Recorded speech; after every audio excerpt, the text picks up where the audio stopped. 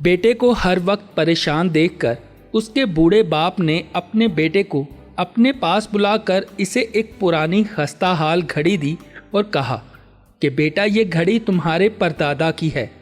इसकी उम्र 100 साल से कुछ ज़्यादा ही होगी। ये घड़ी मैं तुम्हें देना चाहता हूँ, लेकिन इससे पहले तुम्हें मेरा काम करना होगा। इसे लेकर घड़ियों वाली दुकान पर जाओ और पूछो वो ये घड़ी कितने में खरीदेंगे।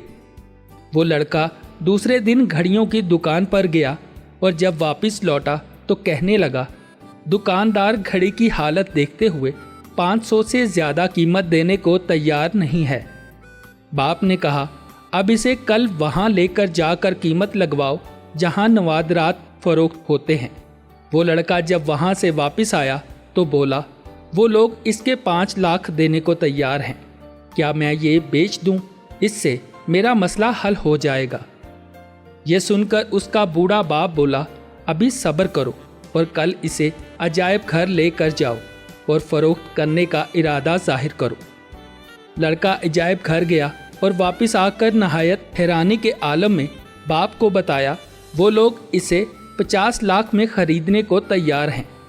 ये सुनकर इसके बूढ़े बाप ने बेटे को मुखातिब किया और कहा, बेटा, इस घड़ी की कीमत लगवा कर मैं तुम्हारी मदद भी करना चाहता था और तुम्हें एक अहम बात भी समझाना चाहता था कि अपनी ज़ात को उस जगह ज़ाया मत करो जहाँ तुम्हारी कद्र मंजिलत ना हो।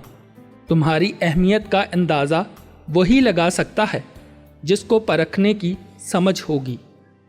इसलिए ज़िंदगी में अपने आप को फजूल लोगों में ज़ाया मत करना और उनकी कड़वी कसैली बातों की परवाह किए बगैर आगे बढ़ जाना।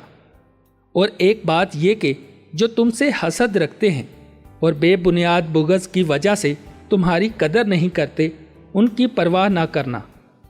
अब मेरी तरफ से इस घड़ी को अपने लिए तोहफ़ा समझो और अजायब घर वालों को फ़रोख्त कर दो और अपने माली मसाइल हल करो।